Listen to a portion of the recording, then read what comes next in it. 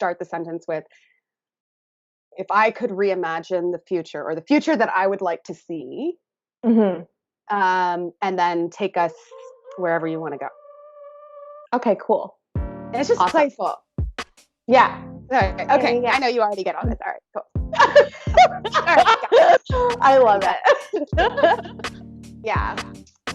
If I could re-envision the future or reimagine the future that it is that we're going to be living in, it's going to be a world where literally the boundaries that we currently have in terms of thinking around work and around passion and around hobbies and around borders and boundaries in terms of citizenship, race are going to be completely blurred. So where I see us moving, and part of the movement that I want to be a part of and that I am a part of, is creating the worldwide education of, you are here for a reason and you have a passion and a purpose built inherently within you that was given to you for a divine reason. And if we're all living that and we're all looking to fill our individualistic potential, there's no longer those borders or those boundaries or those societal expectations or standards. There's literally just a oneness of us all, which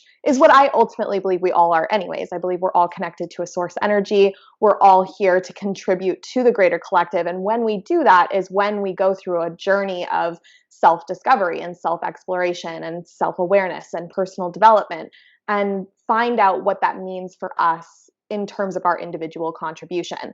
And I love the internet for that. Like, God bless, the internet, because we're literally moving in a way where people have access to the information to start to open up their mind to that way of thinking. Whereas I think that was the biggest hindrance in the past, is that the access to that type of education, in order to get people to a point where their mind was expanded enough that they could start to find the spiritual or personal development modalities that resonated with them the most in order to start down that journey for themselves, that didn't really exist. People needed to hire a mentor or a guru or whatever that looked like, and then they were following that person's path and learning that person's form of practice of connecting to source or connecting to the collective energy. And now we live in this world where people can be like, oh, cool, like I love this person's principles on this and this person's principles on that. And oh, I really resonate with astrology, or I really resonate with human design, or I really resonate with whatever it is, whatever that modality is, that they're like, this is the thing that's unlocking something within me, that's allowing me to start this journey for myself, so that they can find their path to what that self-expression looks like for them as the individual and start that contribution. So that is really an esoteric answer. I know that's like a big kind of general answer, but that's my envision of what I think we've already started. I think we are already doing this. And so I think that's why I get excited about the thought of it, is because I see it happening. So this is a movement that's already begun. And even if it hasn't been articulated in that way, or the way that I articulate it, it doesn't necessarily encompass the full expression of what that's going to look like, it's happening, which is really radical. I love it. I love what you're saying too about this, the having access to lots of different perspectives, and how critical that is to the development, the internal, how it allows us to kind of shift away from the guru problem of like, there's one leader and we're all going to follow, in a certain path, and this idea of connecting more and more with yourself. And you do that through you still need the information and multiple perspectives, right? You still need to gather from everywhere, but eventually you're still making your own toolbox and connecting up to your own map and your own toolbox. And that's what's really critical. I love that. I agree full-heartedly. Well, I like that future. How long do you think it'll take? I know, right? Well, I mean, part of what's really cool about it is, you learn about exponential curves, where something will have like a gradual incline and then we'll hit like that cusp where it takes off exponentially. And technology is there. Like, we're really in the age of technological advancement and revolution, and things are increasing at such a rapid pace. You look at where we were 100 years ago or 200 years ago, and it's like completely different world in terms of technological advancement. And so, and access to information, as I was mentioning with the internet. So I think, honestly, I can't even possibly wrap my little human brain around how quickly this could happen Yeah. if we all started to jump on board and figure out what this meant for us as an individual. So Mhm. I want to say in my lifetime, I'm going to see the beginnings of the true, you know, dissemination of borders, of race, of, you know, all of those things. I truly believe that is something that hopefully, hopefully is going to happen in my lifetime. If it doesn't, the really groovy thing that I like to think about is, well, my generation is raising the next generation. So even though it might not happen in my lifetime, I'm going to be a part of that revolution in the sense that I am going to be raising my children with the open-mindedness and the awareness to of connectedness to something greater that I don't think a lot of people were capable of raising their kids with previously. You know, parents always do the best job that they can, and they're always looking to keep their children safe and make sure that they're happy. You know, ultimately most parents just want their children to be happy and to not just survive but also thrive. That's ultimately what most parents want for their children. Mhm. And previous generations, what that meant was getting a corporate job, getting an education, working a union job, having benefits, taking your 2 weeks of vacation. That was the construct and the paradigm that all of us lived in.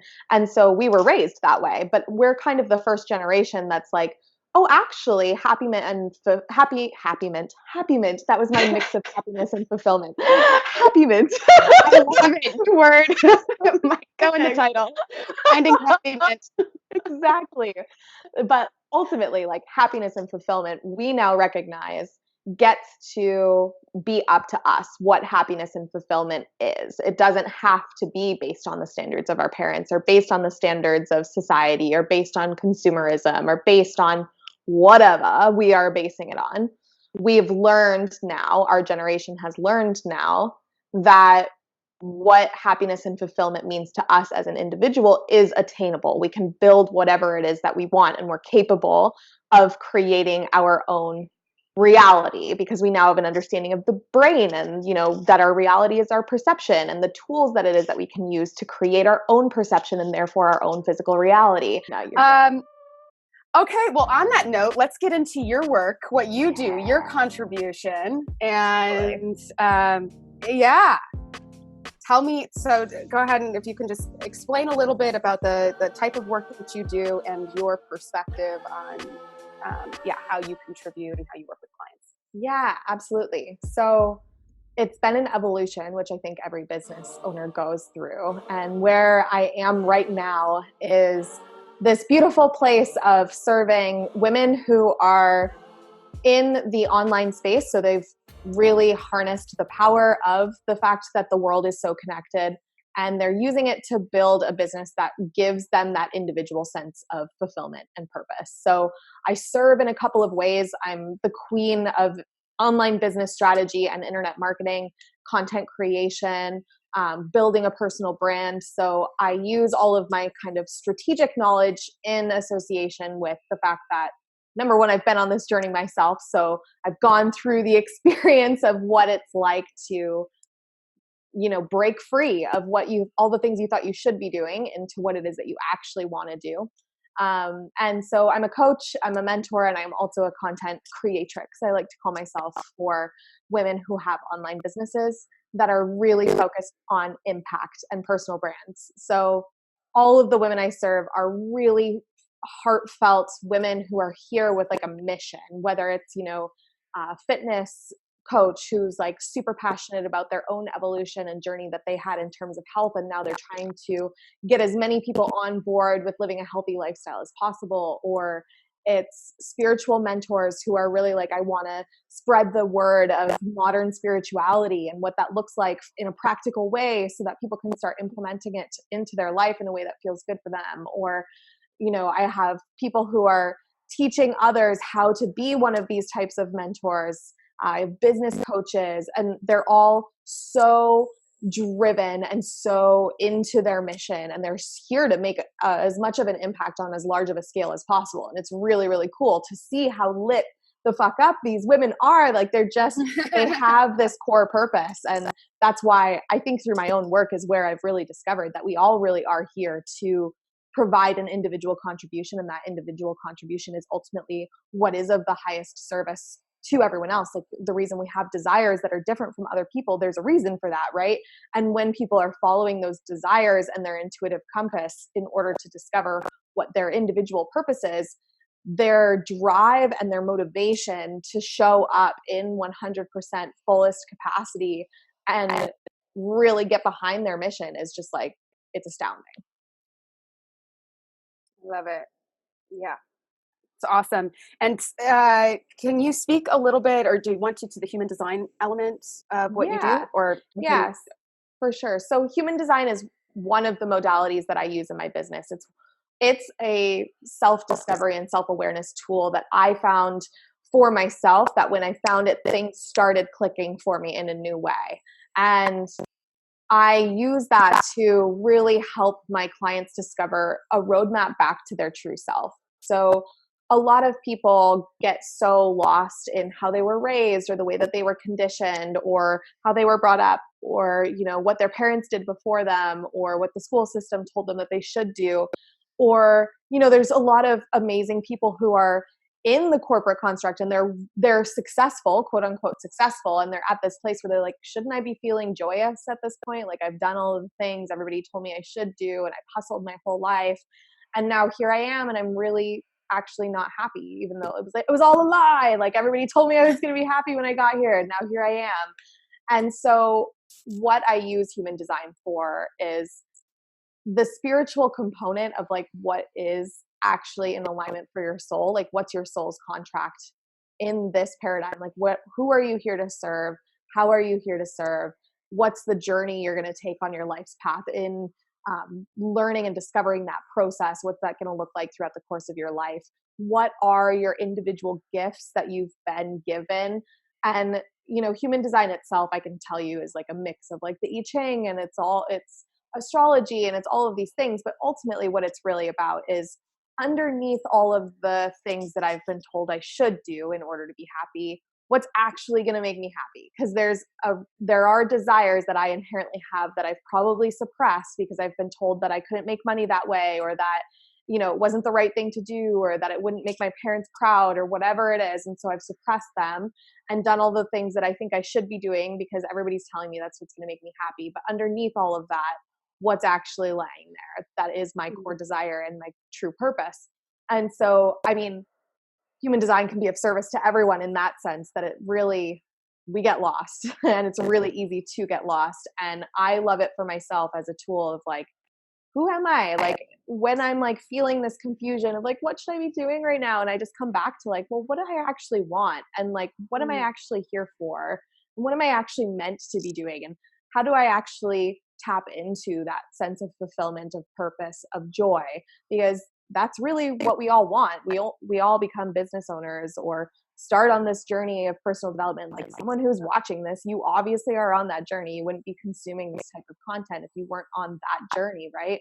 And so you started that journey because you want to live a life of freedom, and your definition of freedom is going to be completely different than mine. What makes me feel free is going to be completely different than what makes you feel free. I had a client, actually, she's amazing. She's incredible. She built a 6-figure business in 6 months. She was an online fitness coach, and she was miserable. And her daughter got diagnosed with scoliosis, and they had medical bills to pay. And she was like, the fire's under my ass. What do I actually want to be doing? All the thing that I want to be doing that I haven't been doing because people told me that I'm not qualified enough is I want to be business coaching. And so she started her coaching business, built a 6-figure business in 6 months. And when she was in this world of online coaching, everybody's like, if you're an online coach, you should want to be a digital nomad, and you should travel, and you should do all of these things. And, you know, like, that stuff lights me up. But she bought into the new paradigm that had been created in this, like, this coaching world of like, oh, I must need to travel, and I must need to be a nomad. And so she started like traveling, and she started doing these things. And then she was like, this isn't making me happy. She's like, I want to be at home with my husband and my babies. like, I want to be in my my hometown of Louisville. Like, I live there for a reason. Like, I don't want to be anywhere else. So like, why? But she like thought that that would make her happy because she got into this world of coaching. And so there's always a new level of that. Like, what I'm trying to say is it doesn't matter what you do or what you get into, even if you're living your life's purpose, there's always still going to be people who have opinions or your own personal judgment that you put on yourself because you compare yourself to others who are doing something that you're doing successfully. And so what human design is about is eliminating that and bringing it back to your true self of like, okay, cool, regardless of what's happening in my external environment and the atmosphere around me, what is actually going to be the thing that allows me to make my individual contribution and live my fullest expression. Yep. Yeah, that's so great. There have been so many conversations. I know we were just saying this with the toolbox thing, having multiple perspectives, but I've definitely been on this for the last few years, and lately it's just like every conversation, so when it's just on the surface, like everybody's making breakthroughs and similar on a similar path in that way. And it's just, it feels serendipitous or almost just bizarre because you just are running into it left and right. It's like somebody said to see red and you just like can't stop seeing red. Totally. And I feel that the thing that's been coming up is this wanting to understand or questioning of the true self, what is true, what isn't, and does it exist? Is there a true self that exists outside of the stories that we tell and the cultures that we've been raised? Is it this layering? I feel like we've kind of gone. It's almost like this journey from the self being defined from the outside world, right? This very external, what culture, parents, stories that we've kind of bought into. So we have a self that's been conditioned by outside world and our genes, right? And then we have this idea of there is no self at all, right? So you kind of have to lose track of yourself completely, or I can be anything. This idea that we have full control over everything, and we are the thoughts that we have. We can be anybody that we want, right?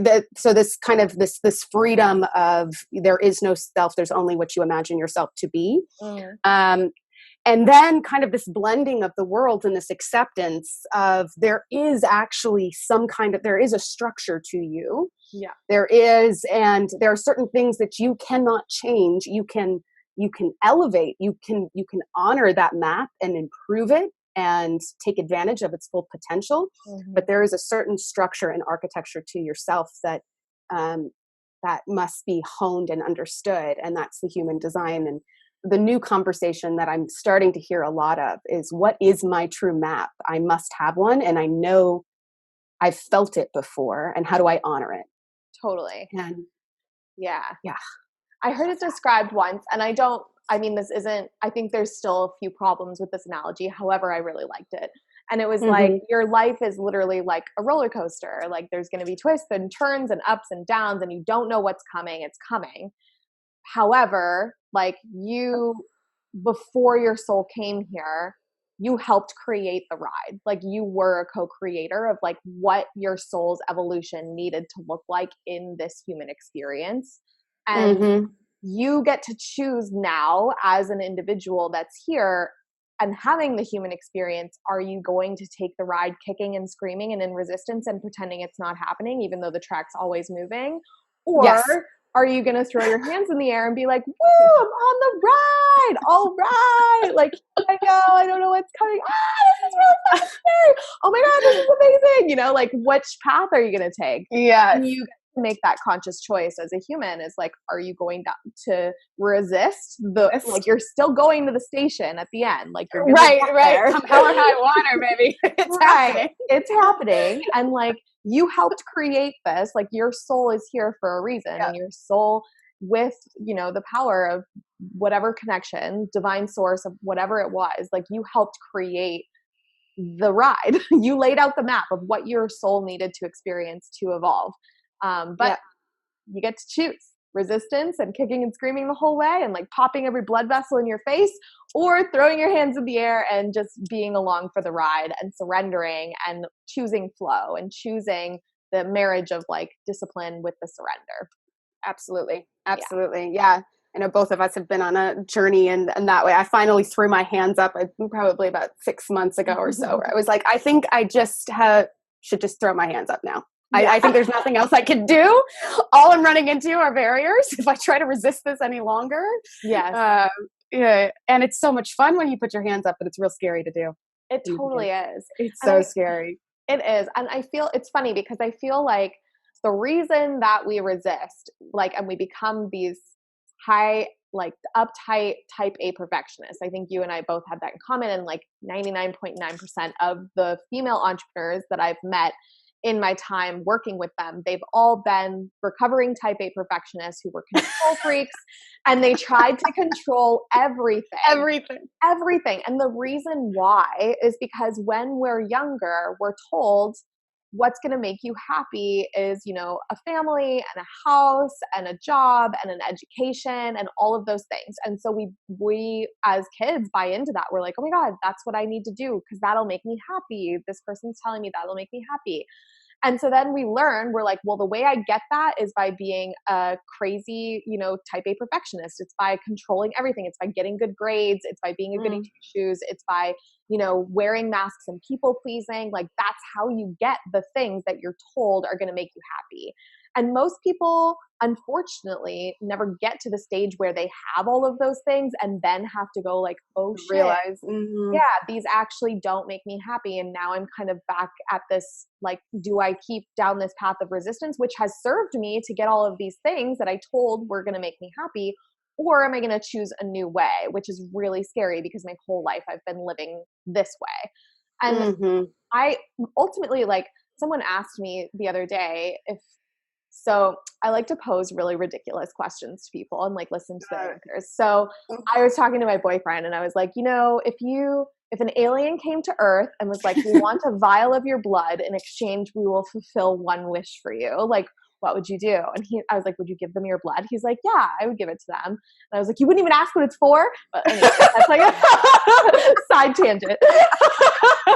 So irresponsible. Exactly. But he posed the same question to me after. I know. It's so good, right? Yeah. Now you can use that at parties. You're welcome. You can now go out into the world. Yeah. Wait, what was the...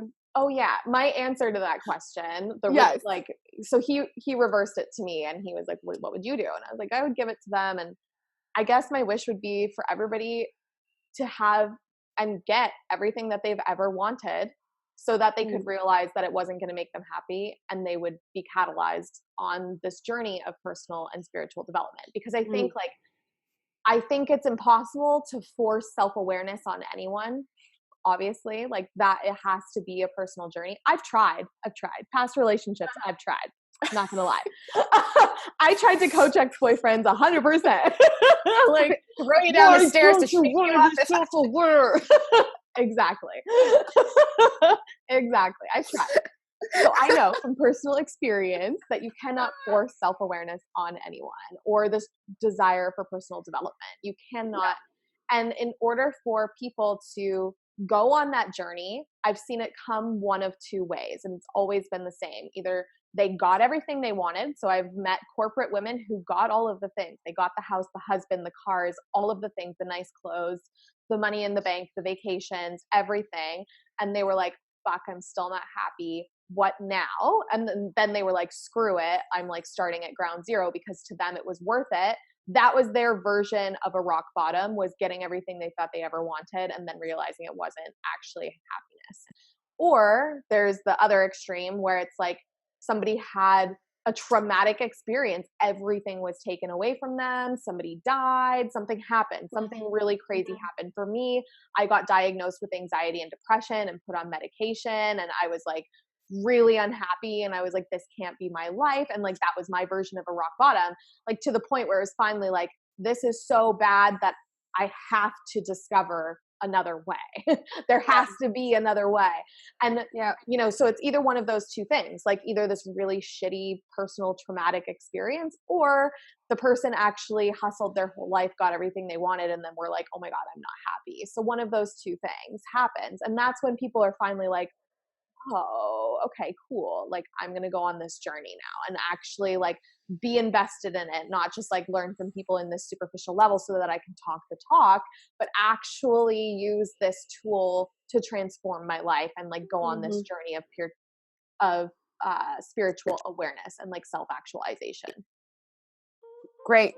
Let's go. So we've kind of answered some of these, but we'll just touch back real quickly, see if there's anything new that you feel like mentioning. I always love having the little conversation on how much control do we have. We go through all the kind of big categories. First one, nature versus nurture. Absolutely. Do you lean to a certain side or? It's interesting. I went to school for psychology, and of course that's like the ongoing debate in the community of studying the brain and studying genetics in association with like how much control do we actually have over the brain.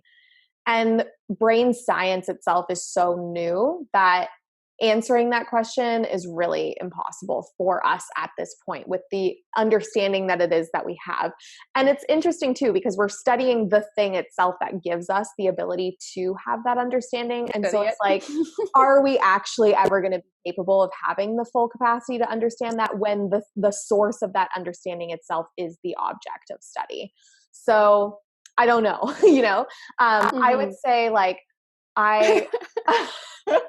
it's just like, it's kind of ridiculous when you think about it like that. But I mean, I know. I truly believe that we're all here in terms of like nature. We all do have an underlying nature. And I like to think that that's actually not decided simply by our genes or by our parents. I think that a lot of the nature that it is that drives us is being given to us by something that's greater than that. And like I was talking about earlier, like our soul's contract here, like I believe our soul itself is on a journey of evolution. And this particular human experience that it is that it's having is just one tiny snippet and component of that. And so when I talk about like nature, I think like we are here to have a specific experience that is going to cater to that evolution. And the reason that we have certain desires or dreams or hopes or aspirations or tendencies or behaviors or personality attributes aren't simply because of the genes that it is that we were born with, but also because of like they're what are ultimately our thing that's going to give us the capability to have the evolution that our soul is here to do. And we have to have those attributes in order to do that, right? And so, like in terms of nurture, I've seen nurture at work in the sense that people are conditioned to believe that only certain things are possible for them, or that their happiness has to look a certain way. And a lot of the work that it is that I do is deconstructing that and helping people understand that they are capable of so much more potential, even though they've been nurtured to believe that they're not, right? And so really, I'd say I probably lean more towards nature. I lean towards it in the sense that like in my spiritual belief, I believe that we were born here in this human experience with certain personality attributes and genetic predisposition, because we need to have those skills and we require that particular genetic makeup in order for our soul to have the evolution that it's meant to have in this particular human experience. And so like, yes, our genes do contribute a lot to the picture. However, we're being given that for a greater reason and a greater purpose that is more than just the scientific evidence of genes, So kind of on that note, this is, it's a similar one. We've got destiny versus choice, mind versus matter, mind over matter, and mind versus matter, which I feel like you've kind of answered, but is there anything that you would add to a destiny versus choice in particular? What's your stance on destiny as it comes to soul contracts and what is destiny? We talked about the roller coaster, right? Like you're going in that direction, whether you like it or not. Yeah. I don't know. Yeah. How do you feel on that? I always get confused in this area. Yeah, no, I believe we're all destined to a purpose, to a particular purpose, and to have a particular expression within this lifetime. But when I talk about like the kicking and screaming on the way there, it's like you do have choice within that. So like you choose if you stay in that relationship that you know is in resistance, that you know if you left it, you could probably meet your soulmate, right? Like there's people who talk about how they spent 12 years with the same partner and they knew it wasn't the one, but they stayed there anyways. And then as soon as they left, even though it was the hard thing to do, then they met their soulmate and they met their twin flame, right? They probably could have met that soulmate 11 years ago if they had chosen to step out of that comfortable relationship and break free of something that they were conditioned to believe was what was good enough for them and what they deserved, right? So like I believe ultimately we're all here and we're probably going to end up with the partner. We're all going to end up or alone if we're meant to be alone, or we're all going to end up in some capacity, like in the job that is the thing we're supposed to be doing. But I believe ultimately that we choose on that path, like how long are you going to resist it? How long are you going to spend focusing on the things that aren't that thing before you finally realize, oh shit, like, is it going to be on your deathbed that you have all of these regrets? And then you have that awakening and you have that realization of like, I wasted, 37 years of my life in this relationship or in this job or doing this. And what I should have been doing is this because my soul's calling, my soul's purpose was that. On that note, when it comes to change, where do you think it begins for people to, as we look at resistance versus surrendering, and those moments when something's, I don't know, just I'd be interested in hearing your thoughts on that part of the process and where it starts. Yeah. I think it always starts when something happens that allows people to have the realization that they need to stop seeking from external sources. So we're constantly looking outside of ourselves for validation that we're enough, validation that we're worthy of love, validation that we're educated enough, validation that we're good enough for that job, validation that we're experienced enough to do the thing it is we actually want to do. People who are lost in this constant dissatisfaction cycle, the real change begins when they stop looking outside of themselves and they start taking the inward journey. So when they find the thing that resonates with them, that allows them to recognize like who they actually are, what their authentic expression is, underneath the conditioning, what it is that they actually feel when they start to express their true emotion, when they start to go on this journey of self-awareness, that's when true change starts. So, and the reason why people do that and go through that process is because they finally get dissatisfied with all of the external things that it is that they've been seeking validation in, and they realize like, oh, it's always temporary. There must be a better way. And that's when they start to turn inwards. And usually that catalyst, like I said, is either they received all of the things that they wanted and realized they didn't make them happy, or they hit a rock bottom, their version of a rock bottom, or they have some traumatic experience that shifts them to that place. So that's usually the catalyst. But really when the real change actually starts to happen and manifest in their external reality, and when they really start to create the life and the vision of what it is that they ultimately wanted in their external environment, is when they do the internal work. So what do you think, if there is, whether or not it happens to you or it's something that you subconsciously do for yourself, right? You blow your foundation. What do you think, what is the question that people can ask, or maybe so that they can do it more on their own and maybe with less resistance and less because we all know how painful it can be. And I think we need to go through that pain, but at the same time, I don't know if there's just I think a question or an action to take to kind of start that inward journey, that truthful journey. Yeah. Am I happy? I think it's that easy. It's, am I actually happy? If I sit down and I'm honest with myself, am I fully satisfied in my relationships? Am I capable of fully being myself and who I am with the people that I'm surrounded with? Do I get a sense of intrinsic reward and fulfillment from the job that I'm in? Do I actually enjoy studying the studies that it is that I've chosen as my life path? Or am I doing it because it's going to make me the most money? It's like looking at everything that is in your external reality and asking yourself, is it fulfilling my inward reality? Is it actually giving me a sense of fulfillment? Is it actually giving me a sense of purpose, of joy, of passion? Or am I segregating that piece of myself and finding tiny joy only in little moments of my life, of like when I have peace and quiet in the morning over my coffee, or when the workday is over and I'm painting on the weekends? Is your joy limited to those moments, or are you experiencing joy on a regular, consistent basis in every interaction that it is that you're having in your world? Absolutely. Wow, do I agree with that? I think there's so much resistance though around the am I happy? And it's so funny, like now for me, I'm just like I can't imagine experiencing anything other than what I've been experiencing as of late. Mm-hmm. You know, so the idea of like ever having a moment, not to say there aren't off days, right?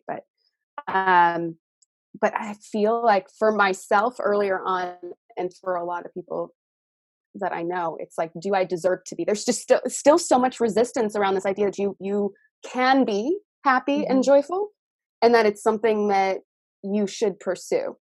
You Well, know there's a that lot of bypassing in our culture too. Like people tell you, like, if you're not happy, just think positive and your life will be better. And it's Mhm, like, well, no, like you can't think positive yourself to doing something that you hate doing. Like it doesn't work that way. mhm. Like you can't like think positive and all of a sudden you'll love Brussels sprouts. Like no, like if you don't fucking like Brussels sprouts, don't eat the goddamn Brussels sprouts. If you don't fucking want to be a, lawyer, don't go to school to be a fucking lawyer. Like, like it's just like people try to convince themselves that like, oh, if I think myself happy, then like I can do whatever I want. And it's like, no, like you have desires. Like stop lying to yourself. Like it requires a level of self-honesty that a lot of people are scared to admit, right? Because as soon as you admit it, it Yeah, means you have to do something about it, because it means the way your life is structured is now exactly. crumbling. And so it's that like there's that fear, and that's why people have anxiety. Like that's literally what anxiety is. The reason we live in an anxiety riddled culture is because people Mhm. are like, I'm fine, I'm fine, I'm happy, I'm happy, I'm fine. I have all of the things on paper that should make me happy, so I'm happy, I'm happy. And as soon as they admit to themselves, like, I have anxiety, so I'm obviously not fucking happy, or I'm on medication and antidepressants, so I'm obviously not fucking happy, or I binge drink every fucking weekend because I'm obviously not happy, or I come home after my job and I watch Netflix for 5 hours straight because I just want to be in somebody else's world for any spare time that it is that I have. Like those are all indicators like, bitch, you ain't happy. Like, I mean, I literally remember when I was going through and like journaling and doing a lot of like really just asking myself some hard questions, and I started to write a lot. I started to work on the book that I want to do, and I would write a sentence or two that was just what was coming to me, like essentially things like burn it to the ground, like this, like things yeah. that were just, and I was like, oh my God, that's so dramatic. That's so Yeah. dramatic. And I would delete it. I would like cross it off with my pen or go delete. And I was like, no. That's just how you feel, but that's not really what you need to do. So let's just delete that. Mm-hmm. Okay. Yeah. No. Let's go back. And I'm a risk taker, right? That I've restarted many times, and even it was even terrifying for me. No. And I literally would delete the sentence because it meant Yeah. that I had to do something about it, that I had to own it. Yeah, And exactly. Well, and it means your whole life is going to change. And a lot of people, you have to yeah, be ready for that. Like you have to be ready and being ready, like what that means is having actually subconsciously integrated the belief that like you are capable of receiving more. And that's like the biggest disparity, like you were saying, is a lot of mm, people, they don't believe they're enough as they are to deserve what it is that they actually want. And so they try to be happy with things that are subpar and not actually the things that make them happy.